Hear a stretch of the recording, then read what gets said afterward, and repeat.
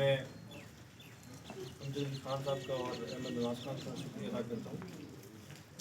اور خصوصی طور پر سکندر حیات پاؤ کا اور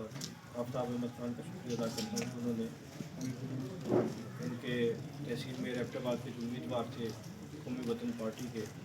محمد خان صاحب کو میرے حق میں انہوں نے آج اپنے الیکشن سے دستبرداری کا فیصلہ اعلان کیا ہے۔ اس کے علاوہ میں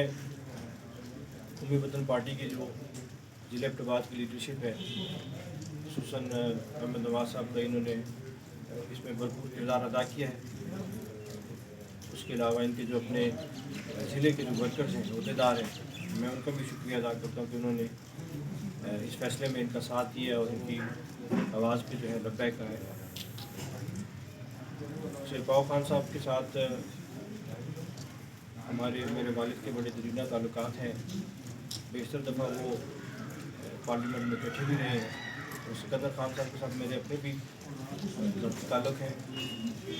اور ہم اسمبلی میں اکٹھے بھی رہے ہیں۔ ان کے ساتھ بھائیوں والا تعلق ہے۔ انہوں نے جب یہ بات چلی تو میں نے ان سے راست بات بھی کی، اور انہوں نے اس میں مجھے بھرپور ساتھ دینے کی یقین دہانی بھی کرائی ہے،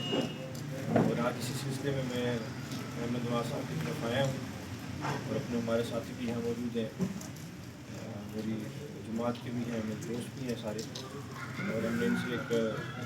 سے بھی مشاورت کی تھی، اور ان سب نے اس بات کی تائید کی ہے، اور ان سب نے بھی ان کا شکریہ ادا کرنے کے لیے آج موجود ہیں اسی لیے آگے۔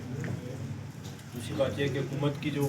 جس سے احمد نواز خان صاحب نے باتیں کی ہیں، حکومت کی جو نااہلی ہے، اس 3 سالہ کارکردگی ہے، وہ ہمارے سامنے ہے۔ اس سے جو عوام جو ہے جس اذیت سے گزر رہے ہیں، انشاءاللہ وہ دن دور نہیں ہے کہ جب پی ٹی ایم کے پلیٹ فارم سے ہم ان سے جان چھڑائیں گے،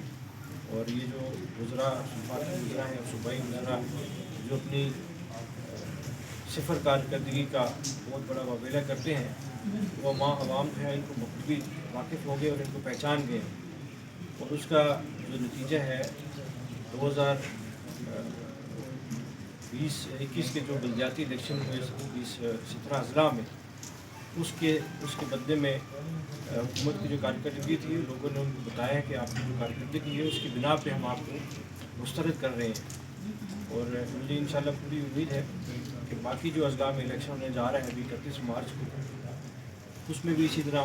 عوام جو ہے ان کو رد کرے گی۔